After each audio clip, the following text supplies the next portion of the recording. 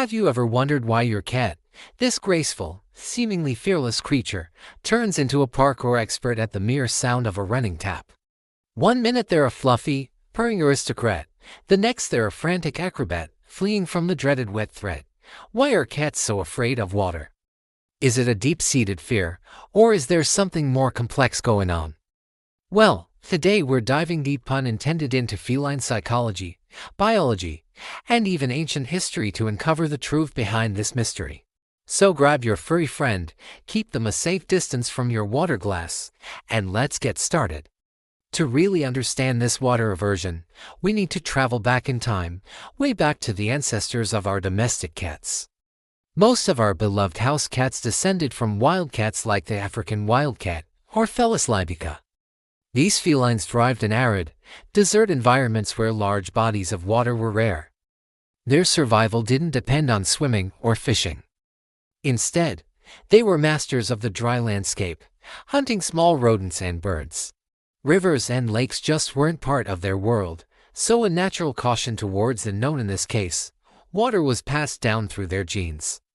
It's an evolutionary instinct that our modern-day cats still carry, even if their biggest hunt is for the food bowl in the kitchen. Interestingly, this fear isn't a universal cat rule. Think about their larger cousins. Tigers, for example, are fantastic swimmers and often cool off or even hunt in the water. Jaguars are also known to be comfortable in aquatic environments. This shows us that the dislike for water in our domestic cats isn't a trait all felines share. It's specific to their lineage and the dry, desert-like habitats of their ancestors. So, when your cat darts away from a puddle, it's not just being dramatic, it's listening to thousands of years of genetic programming that says, hey, that wet stuff is not our territory. But evolution is only part of the story. A cat's own physiology plays a huge role in their feelings about water. A cat's fur is a masterpiece of engineering. It's not just for looking soft and pettable, it's a multifunctional protective layer. It regulates their body temperature, shields them from the sun, and even offers some protection from scratches and bites. But when that fur gets wet, it loses all its superpowers. First, it becomes incredibly heavy. Imagine wearing a soaked wool sweater. It's restrictive, clumsy, and just plain uncomfortable. That's what a cat feels. Their agility is compromised, and they can't move with their usual grace. This heaviness is a major source of discomfort. Second, wet fur is terrible at insulation. A cat can get cold very quickly, which is not just uncomfortable but can be genuinely dangerous, leading to hypothermia, especially in cooler environments. And finally, cat fur takes a very, very long time to dry. And like many dogs who can shake off most of the water and be reasonably dry in a short time, a cat's dense undercoat can hold onto moisture for hours.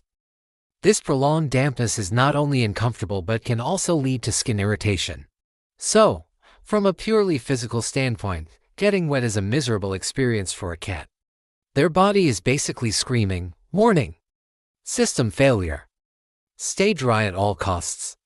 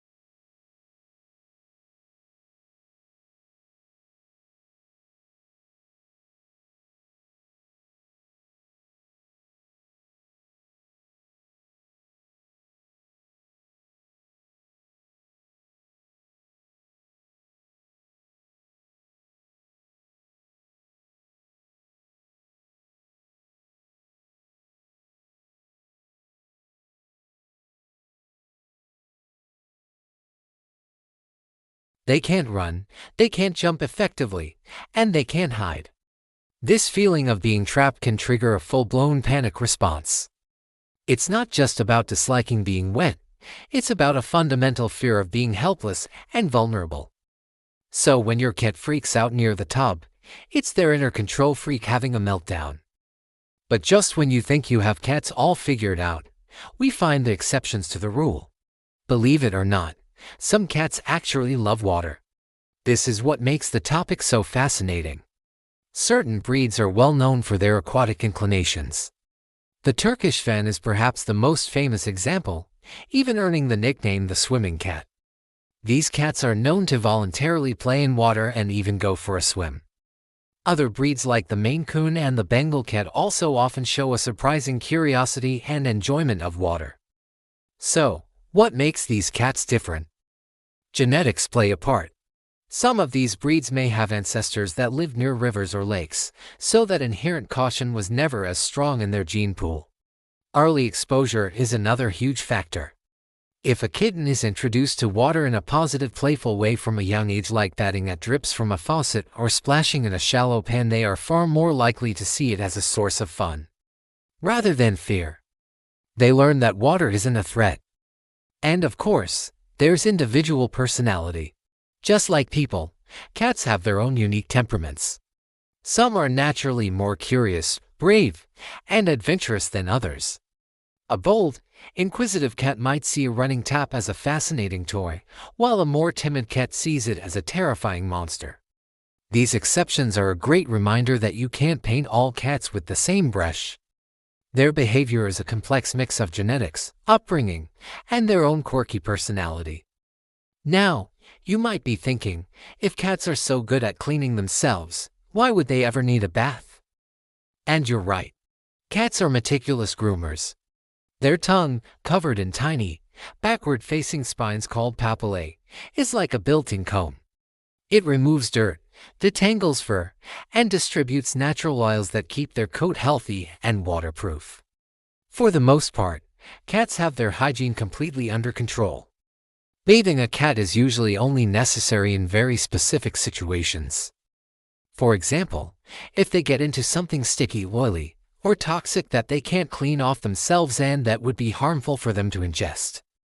In these rare cases, a bath is a medical necessity, not a spa treatment.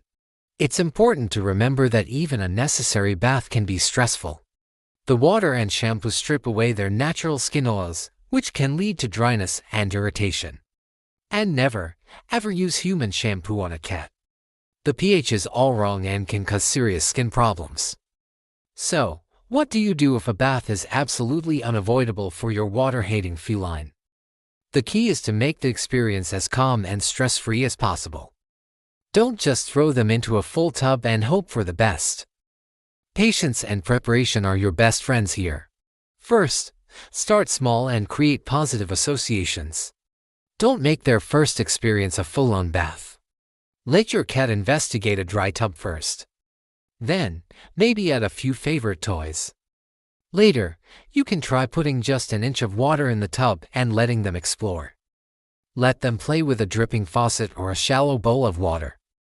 The goal is to slowly desensitize them and show them that water isn't scary.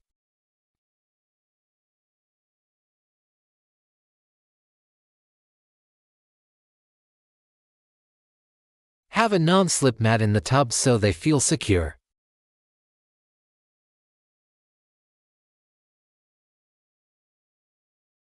Speak to them in a soothing, reassuring voice throughout the process. Use only shampoos specifically formulated for cats. And most importantly, use positive reinforcement. Have some high-value treats ready to reward them for their bravery after the bath is over. You want them to start associating the end of the ordeal with something wonderful. By taking these steps, you can turn a traumatic event into a manageable one.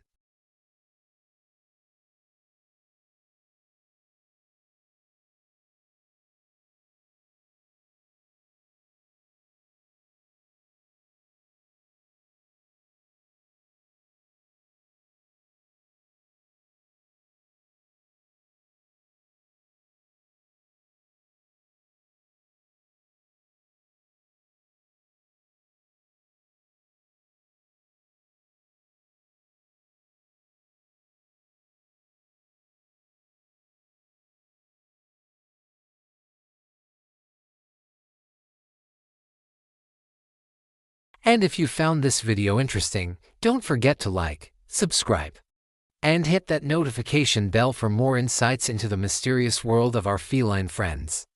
See you next time.